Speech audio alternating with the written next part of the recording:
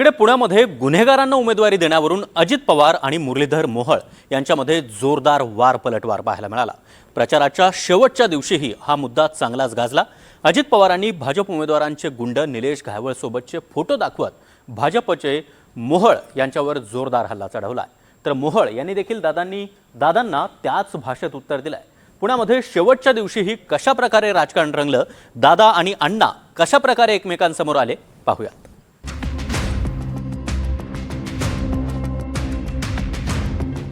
पुण्यात दादा आणि अण्णांमध्ये चांगलीच जुंपली। गुन्हेगारांच्या उमेदवारीवरून भाजप आणि राष्ट्रवादी आमने सामने। घायवळांचे फोटो दाखवत दादांनी मोहोळांना पुन्हा डिवचलं। पुणे आणि पिंपरी चिंचवड महानगरपालिकेसाठी अजित पवार यांनी आपलं वर्चस्व पणाला लावलंय। या दोन्ही ठिकाणी अजित पवार भाजपवर थेट तुटून पडतायत, तर भाजपचे नेते आणि केंद्रीय राज्यमंत्री मुरलीधर मोहोळ यांनी सुद्धा अजित पवार यांच्यासमोर तगडं आव्हान उभं केलं। उमेदवाराच्या प्रचारासाठी अजित पवार यांची हडपसरमध्ये प्रचार सभा झाली।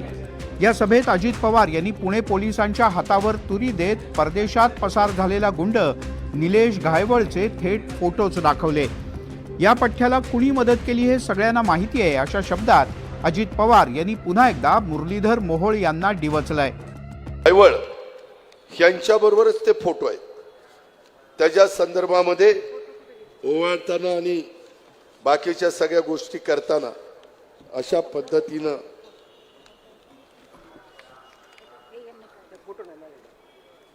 पद्धतीनं ते फोटो आहेत। हे पण मी तुम्हाला ते फोटो कुठे गेले,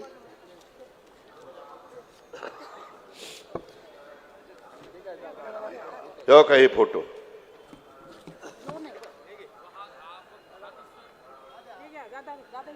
हा सूर्य हा जय थवे, ही पद्धत आणि पट्ट्या तर याला कुणी मदत केली तुम्हाला माहिती आहे।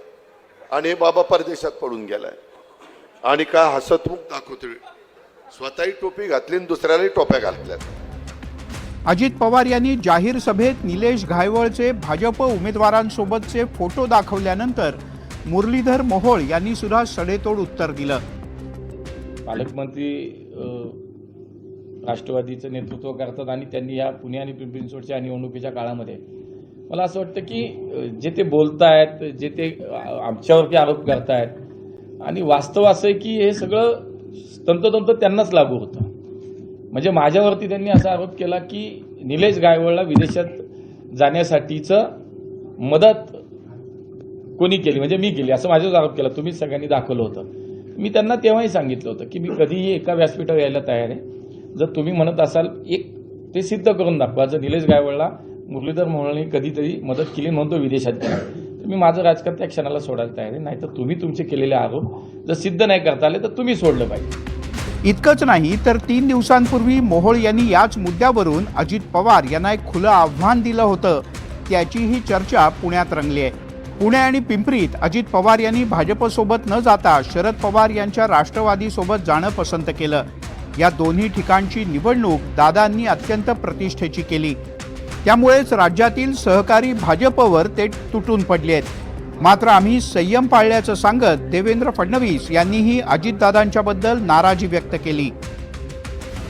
ॲक्च्युली आता आज मी अनाऊन्स करणार होतो की पुण्यातनं उडणारे जेवढे विमानं आहेत त्या विमानांमध्ये महिलांना तिकीट माफ केलं पाहिजे। अनाऊन्स करायला काय लागतं, आपल्या बापाचं काय जातं अनाऊन्स करायला। आता प्रचार संपलाय, त्यामुळे आरोप प्रत्यारोपांच्या फैरी शांत होतील अशी अपेक्षा आहे। पण गुन्हेगारांना उमेदवारी देऊन अण्णा आणि दादांनी चुकीचा संदेश दिला हे मात्र नक्की।